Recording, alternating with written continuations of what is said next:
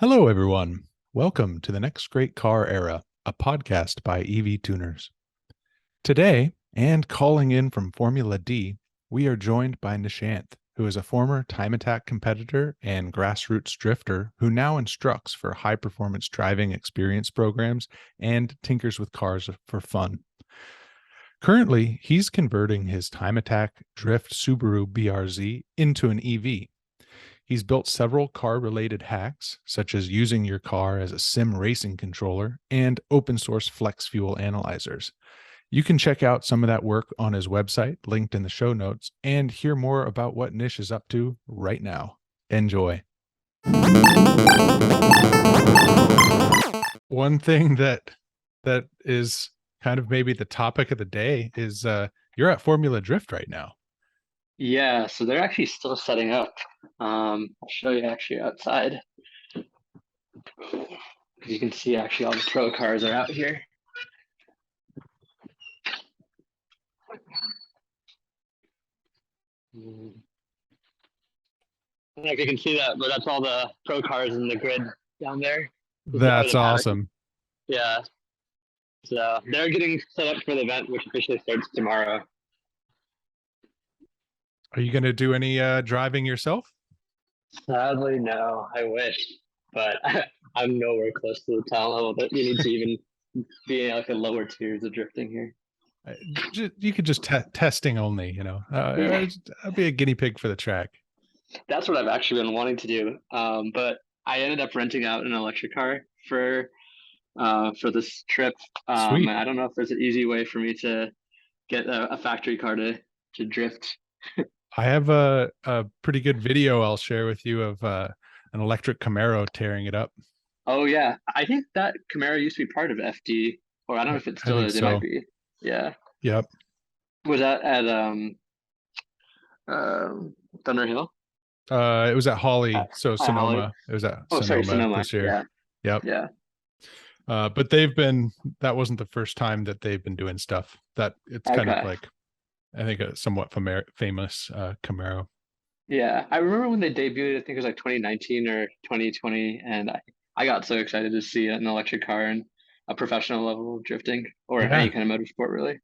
Yep, it's super cool. Yeah. What electric car did you rent while you're there?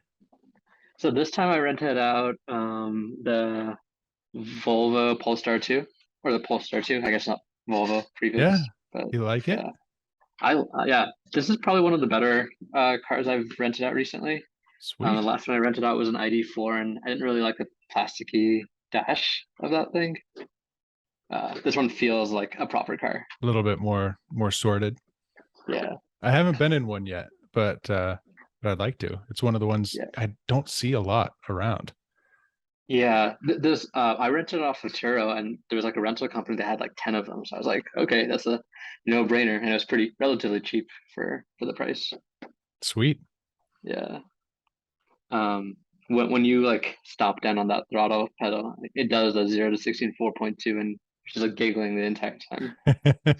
Yeah, it feels more like a roller coaster to me. Yeah. That's like, it's a very different feeling. I was talking to someone earlier this week who was their dad had gotten a Tesla, and it's like I get like they get motion sickness during the acceleration. Oh yeah. That doesn't happen in other cars. And I think it's just because it's so kind of smooth and it's literally like a roller coaster. There's no torque curve to wait. Yeah, and if your eyes are not perceiving that motion or at whatever rate it's happening, then that's where you really start getting queasy. Yeah. Oh, that's the good stuff. I think it feels good. Yeah, for sure. So which electric cars have you played around with yourself? Mostly Tesla. Okay. I have a Model 3. I picked that up earlier this year, and that's been a lot of fun.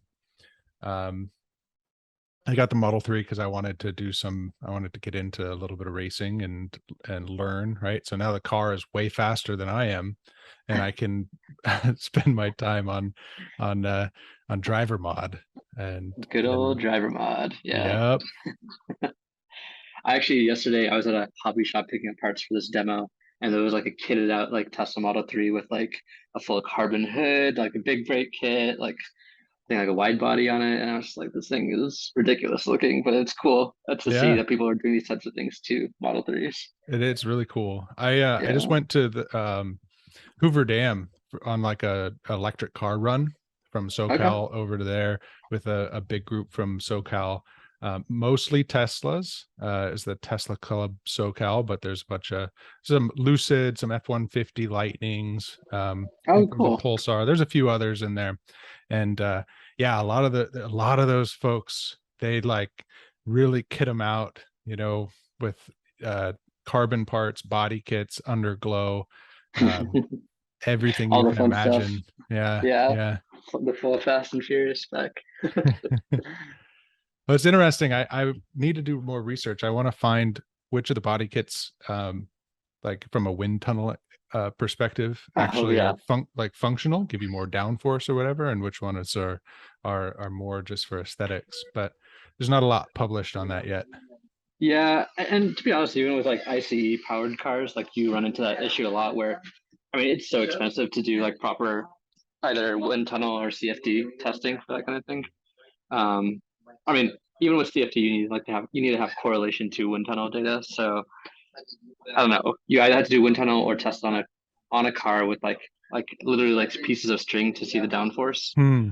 And if you don't have that correlation, it's really hard. So it's just kind of I think you can basically choose it for aesthetics unless you can find a company that's willing to publish that kind of data on their Yeah. system.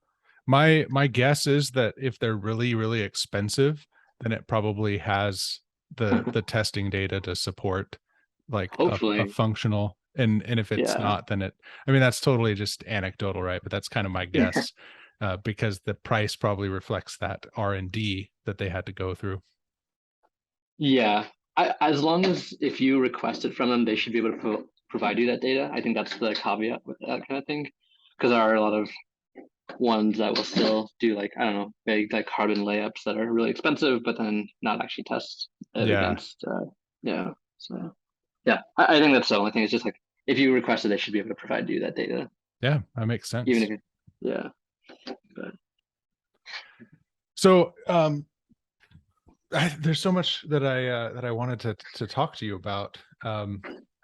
You know, we talked about driver model a little bit as a moment ago, and my my kind of biggest experience in racecraft was a track day that I did with Extreme Experience, and it was just a ah, little bit of like 30 minutes of instruction before going out there and whatnot. But um, you had mentioned to me, and you were real humble about it, but you said like, oh yeah, I used to actually teach there.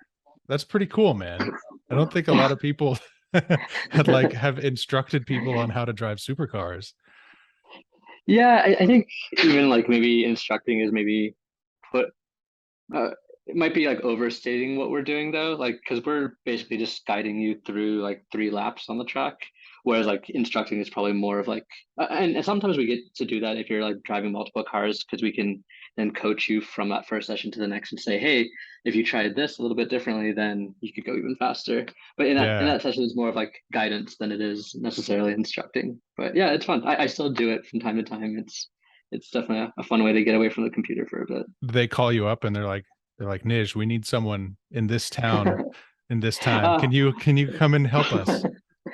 I mean, it's never that personal, but they'll send out blast emails to instructors if they have shortages and say, hey, so instructors that they've worked with in the past, they'll be Uh-huh. like, hey, we have like a shortage at this event. If you guys are available, sign up, and they'll usually take us out to those events and get us situated so we can instruct with them.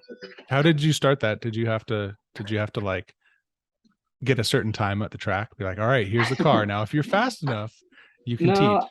what I've noticed in general motorsports is it happens through references, and I instructed with a couple other groups prior to that of like normal HPD events. Hmm. So Grid Life was really cool to kind of give me a start there, and then CGI Motorsports, which is a local group in the Midwest. The two of them, they both had people that worked with Extreme, and they gave me a referral to work at Extreme, and Yeah, it is very different from traditional HPD because you don't really have that time to teach someone, and you're also driving a supercar, not like a Miata, for Yeah. example. Yeah. So it you do get just kind of thrown into the deep end at first to like really pick up this new model of instructing. Totally. Yeah. So, like, where did that fall in the timeline? Had you already started racing your BRZ at that point, or did that Yeah, happen after? so this is actually after I hit the pause button on racing. So I stopped racing officially in like 20 at the end of 2018, around the time I blew up the engine of my car. Uh-huh. Um, and it wasn't because of that I ended up putting a new engine in there. But I was trying to my hand at my own startup, and I basically wanted all the money to go to that as opposed to paying like expensive fees for, I guess, going to different events. And I had already started instructing by then, so I already found enough joy in that that I was like, I don't need to instruct and race every single event I go to. Sure. So it's kind of a motivation for maybe making that switch at the time. We'll see if that changes once this EV conversion completes, but yeah, at least for now, that's kind of the game Right. plan. So you did replace the engine in the BRZ, so it's running right now, or No, I replaced the engine at the time after it blew up, uh-huh. and then the car's not driven as much since I did that. I still drive it more as a daily car than it is as a race car. Mm-hmm. But yeah, eventually I came to a point where I just decided, okay, you know what? I've been thinking about doing this electric swap for a while. Let's pull the engine out again, and that's kind of I think the genesis of that project. Cool. Cool. Um, so tell me more about that project though. What's the kind of the build? Are you hooking it up something up to the manual transmission? Are you doing a Tesla swap? What do you got in mind? Yeah, so it's a Tesla swap and it's a direct drive. So it's using a Model 3 drive unit in the rear, and that's going to bolt onto a custom subframe in the back of the car. Just Um, in so the re- rear. yeah, so it Cool. replaces the diff, the transmission, the driveline. Um, the reason why I'm doing a rear wheel drive is that the BRZ doesn't come all wheel drive from the factory. Right. That might be a future thing that I change because someone has done that mod before. But I feel I'm already biting off more than I can chew at the moment. Anyway, so a Model 3 drive unit in the back, and then batteries from a Chrysler Pacifica hybrid in the front. Okay. And they'll weigh roughly the same amount as the engine plus the transmission used to weigh. So I'm looking to get like mostly close to the same weight balance as I had before. Sweet. And that's the part I'm really excited about because it's similar weight balance with over double the horsepower that the car had before. Yeah, that'll be fun. Yeah, and about 140 miles of range. Hey, I'm sorry, dude. I'm Oh, getting some audio coming through in the background, and I think it might be challenging in post. let me move rooms again real quick. Yeah, sorry, we had people going in and out of that room. Yeah, no, Okay. I Yeah. apologize No, making you you're run good. around.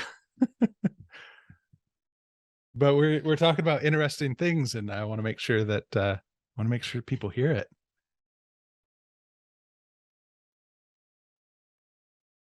Hopefully this is a little bit better. Yeah, Okay, sounds good so far. cool.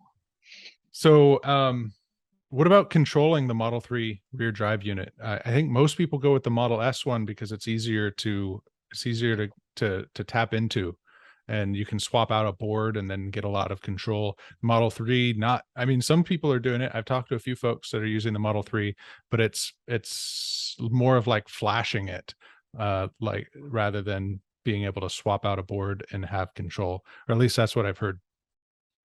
Yeah, that's the unfortunate part. And I would have wanted to use a model. In fact, I purchased a Model S motor first.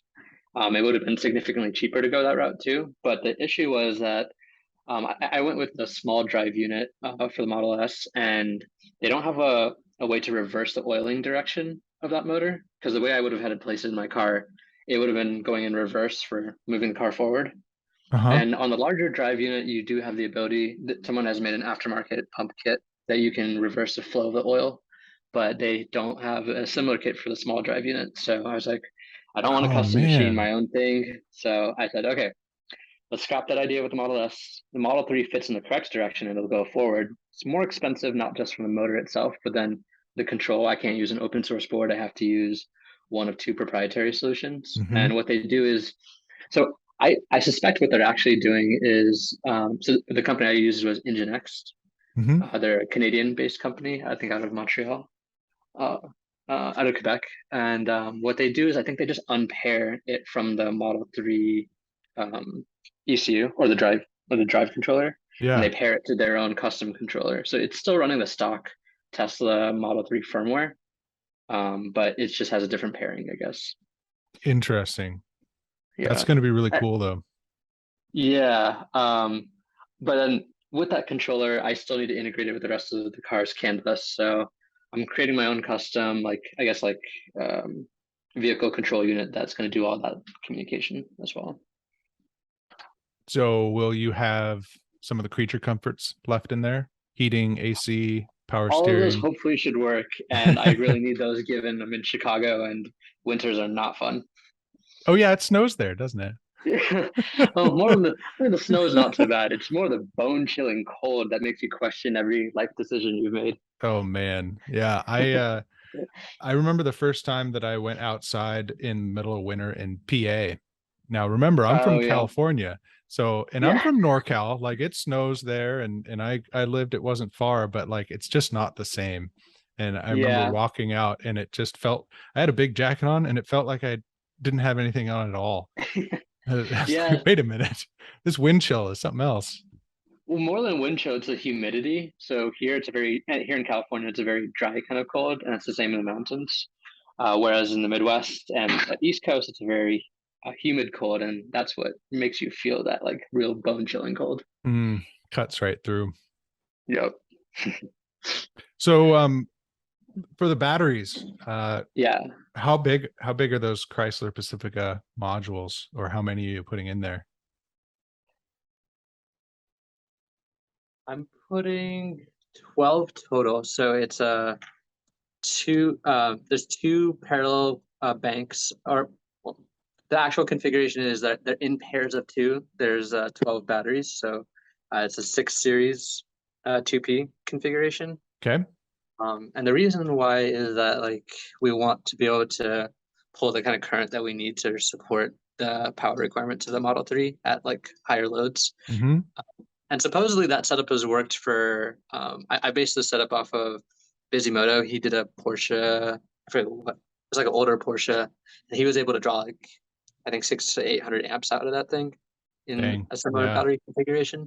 Are you thinking So about that one, the like purple yeah, like car? the pink, ridiculously Oh yeah, looking pink. That Porsche. thing Yeah. looks pretty badass though. Yeah. I like that car. Yeah, it's a bonkers car. I love that he's done that to an old Porsche. But Uh-huh. yeah, gorgeous. Anyway, that's basically the setup that I ended up going with. The difference is that he does a configuration where it's like two series strings of six that have been paralleled together. The risk with that is that any like voltage differences can have a much more catastrophic end. Mm-hmm. So it's a little bit safer to parallel at the module level. So each set of modules is paralleled together. Yeah. And how many kilowatt hours are you going to have in that pack, or what do you think your range is going to be? So that'll be a 32 kilowatt hour pack. Okay. And based off of his numbers, he was saying, and he's about the same weight as my car.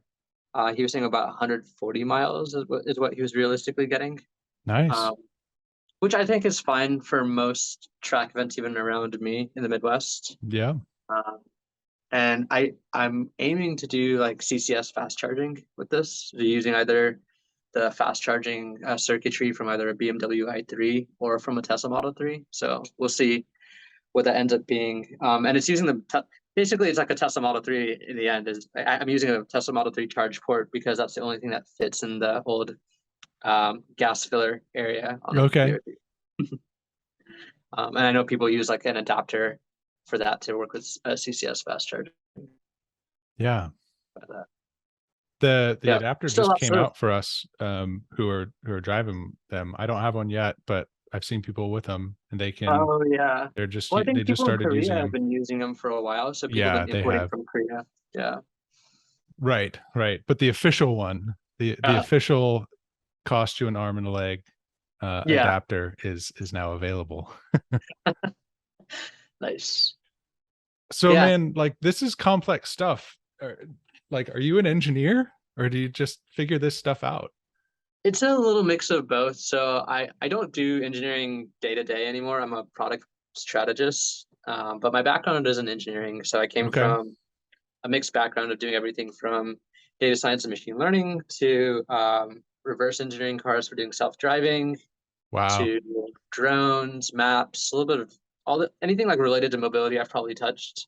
Um, and then I at some point made the switch because I got tired of looking at code on a computer to do more product management, product strategy. So that's more fun for me anyway. I like doing that mix of design, business, and tech as well as like a little entrepreneurship thrown in there. Sure. So that's how I ended up in product strategy instead.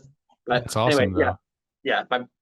I guess I do have the background to build some of this stuff, but definitely not the skills that you need to do an EV conversion. Like I'm learning all the electrical stuff as I go, and that's a lot of Google. Sure. Yeah. I mean, but if you have a framework for learning, I don't think that you necessarily have to have a degree. It's just understanding where to start and start picking it apart and collaborating with folks, right? Like asking Yeah, question, building a network, seeing what's been done before, finding new ways to get things done. yeah, and that's one cool thing about the EV community, and also specifically the DIY EV community, is Hmm. there's websites like Open Inverter with people like Damien McGuire who've done tons of amazing work of like open sourcing all their findings of like things like the how the Tesla like for example, I'm using the Tesla Model 3 power conversion system for charging and for doing DC-DC conversion. And he's literally like open source everything that he's done to make that work with other systems. So it's really cool to see the I guess maybe the camaraderie Yeah. in the open source community.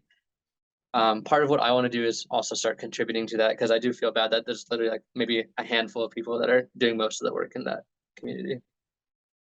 How do you want to contribute back? Say the BRZ project, you're burning rubber, it's working, everything's good. Then what? Yeah. In terms of contributions, one is like being able to open source, like when I'm creating my custom vehicle control unit, basically have like a modular setup where you could throw this into any car as opposed to just my BRZ. So there is a project that it's based off of called Zombie Verter, which again is another open inverter project. Yeah.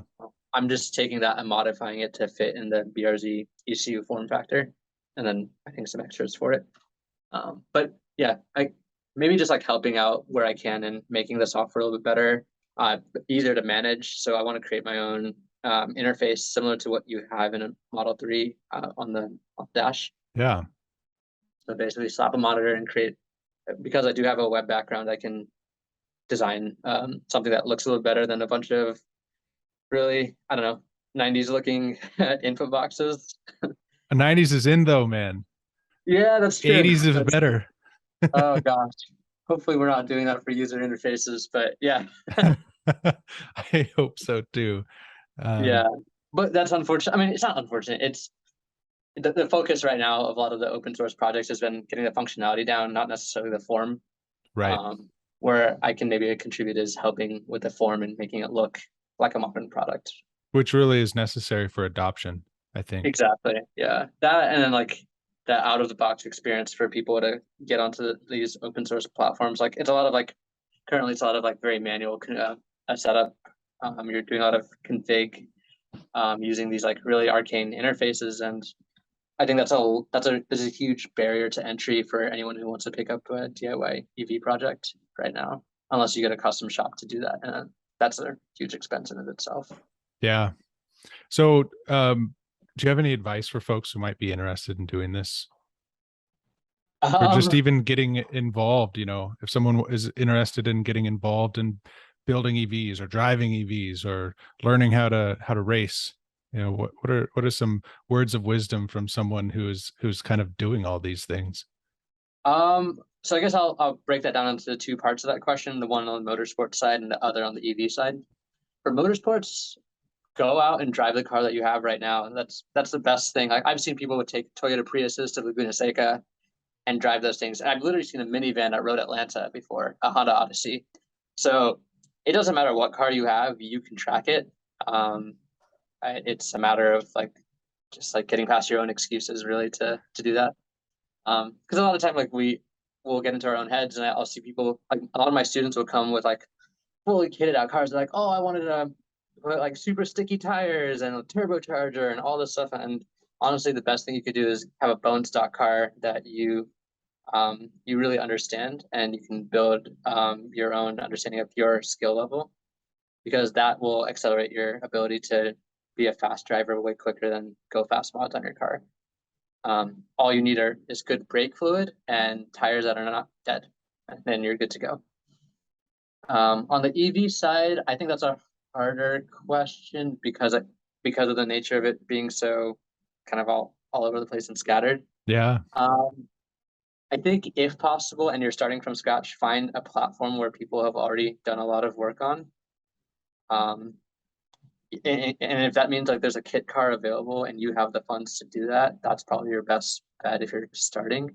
If there isn't, get onto a forum and start asking questions. People respond very quickly. I got shot down on my original battery idea very quickly by the internet, and I wish I had asked those questions earlier.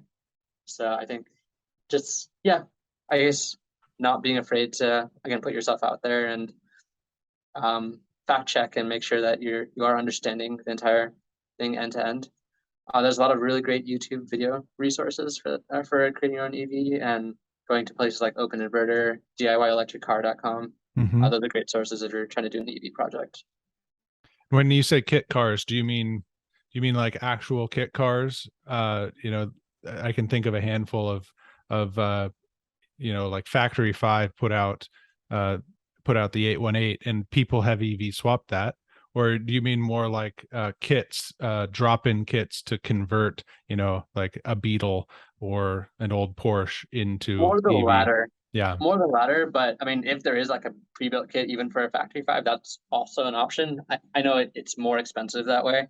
And definitely I probably wouldn't have done it that way just because I'm trying to keep costs low, even if it doesn't sound like it. Yeah, I think that's the other thing you have to make as a decision for yourself is you can either choose to make it cheaper for yourself, but you just need to go in knowing that you're going to spend a lot more time putting it together, which is what the Mhm. route I've chosen.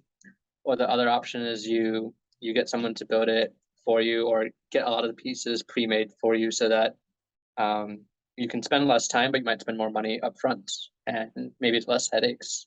Like I know if I wanted to, or had I done it, I could have used a charger, BMS, and a DC to DC converter that already have pre-configured communication from all three of them. But since I'm doing this weird thing of using a Tesla Model 3 uh, uh, charger and DC-DC converter with some other custom stuff, that's where I need to write a lot of custom code to do that. Whereas someone who's using those out-of-the-box components that are known to work together, you might not need to do a lot of those steps yourself. Yeah. So And kind of connecting those two, maybe as you were talking, I was thinking, well, if you drive what you got, and it doesn't have to be fancy, and then there's actually more OEM cars that are either available, like something as I know we all kind of jokingly love them, but a used Nissan Leaf is pretty cheap these days. yeah, And then there's starting to get enough Teslas, and Chevy Bolts are quite cheap, and there's more on the horizon. So maybe some of these entry level EVs, as the price drops, more get onto the market. Maybe there's more support, and folks that are just going to track those as they are, and that's their first entrance. yeah, that's a great way to even just get used to the different driving dynamics of an EV versus, building your own from scratch. Yeah. There's a lot to learn there, for sure. Cool, man. Well, I think that there's a ton more I'd love to talk to you about, but we might just have to pick it up again in the future. I really appreciate you carving out the time in the middle of this drift event to talk to me. It's really exciting, and I can't wait to hear what's next on your build. Thanks. And yeah, I appreciate you like also just dealing with my whole schedule of craziness. Yeah, I appreciate you also like wanting to talk about this stuff. It's always cool to get out of your own little echo chamber of your brain and maybe I don't know, broadcast some of your ideas out loud and around EVs. That's fun. Yeah. Awesome, man. Thank you. Of course. I'll catch you later. But thanks, Dan.